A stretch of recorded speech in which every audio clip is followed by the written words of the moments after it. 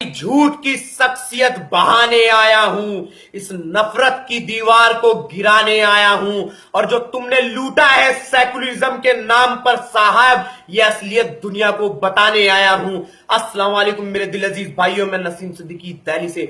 दोस्तों, मेरी दिल्ली दहल के रह गई। यहां सियासत का वो रंग देखने को मिला जिस सियासत को रंग को देखने के लिए आवाम परेशान थी मेरे दोस्तों। और इस सियासत के रंग को मैं अपने अल्फाजों की तर्जुमानी देता हूं मेरे दोस्तों। एक पुरुष सैनिक की मौत पर यह सियासत का रंग देखने को मिला। सबसे पहले तो मैं उस सैनिक को श्रद्धांजलि देता हूं और ऊपर वाले से दुआ करता हूं कि ऊपर वाले उसके परिवार को हौसला और हिम्मत दे मेरे दोस्तों, हमारे दिल्ली के मुख्यमंत्री वहां पर पहुंचे, बड़े बड़े कैमरे को देखकर भावुक हो गए, उनसे रहा न गया और वो कहने लगे कि मैं दिल्ली का मुख्यमंत्री हूं, मेरा फर्ज बनता है, मेरा कर्तव्य बनता है कि अगर दिल्ली के अंदर कोई हादसा हो जाए, किसी की मौत हो जाए, तो मैं उसके परिवार का दुख दर्द बांट सकूं मेरे दोस्तों।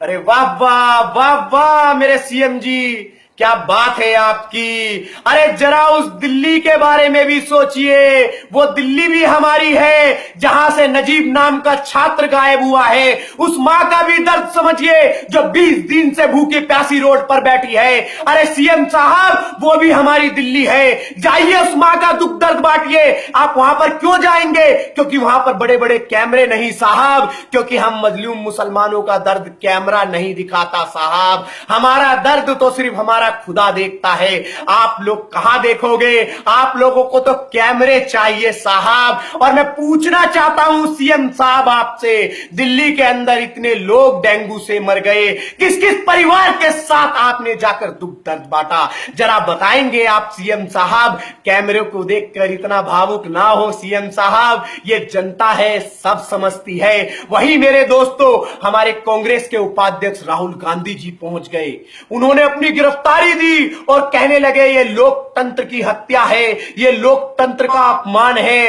राहुल गांधी जी जरा झारखंड में भी चले जाते, वहां भी लोकतंत्र की हत्या हुई है। मिनहाज अंसारी की पत्नी का दर्द बांट लेते, उस थाने में गिरफ्तारी देते जहां पर मिनहाज अंसारी को पुलिस वालों ने गौरक्षा दल वालों के साथ मिलकर मार दिया था, उसका कत्ल कर दिया था। शायद ये बात आप वहां से भी कहते तो शायद ये नाइंसाफी हमारे साथ ना होती।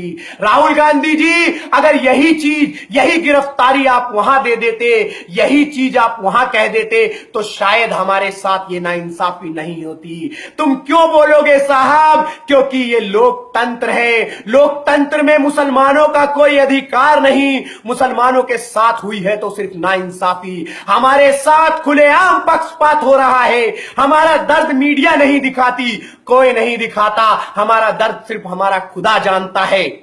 मेरे दोस्तों, सोचिए, यह सोचने की घड़ी है।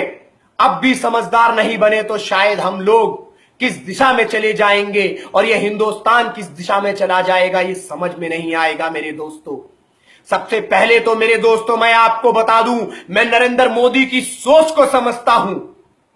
यह नरेंद्र मोदी की सोची समझी साजिश थी मेरे दोस्तों कि एक सैनिक की हत्या पर उसके परिवार को गिरफ्तार करा दिया गया।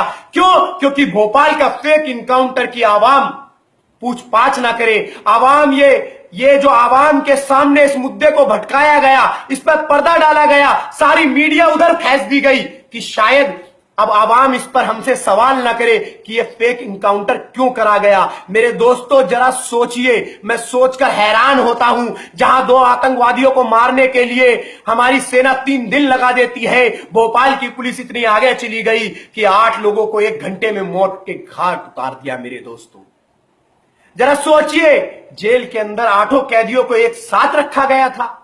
नहीं मेरे दोस्तों, जेल के अंदर हर कैदियों को अलग अलग रखा जाता है, कभी ग्रुप नहीं बनाया जाता है कि उनकी ताकत एक हो जाए। इसलिए मेरे दोस्तों ये सरासर नाइंसाफी हुई है। मैं कहना चाहता हूं नरेंद्र मोदी जी, अगर वाकई इंसाफ हो रहा है, मैं आतंकवादियों का पक्ष नहीं लेता, मैं कहता हूं अगर न्याय हो रहा है तो आप न्याय बराबर कीजिए।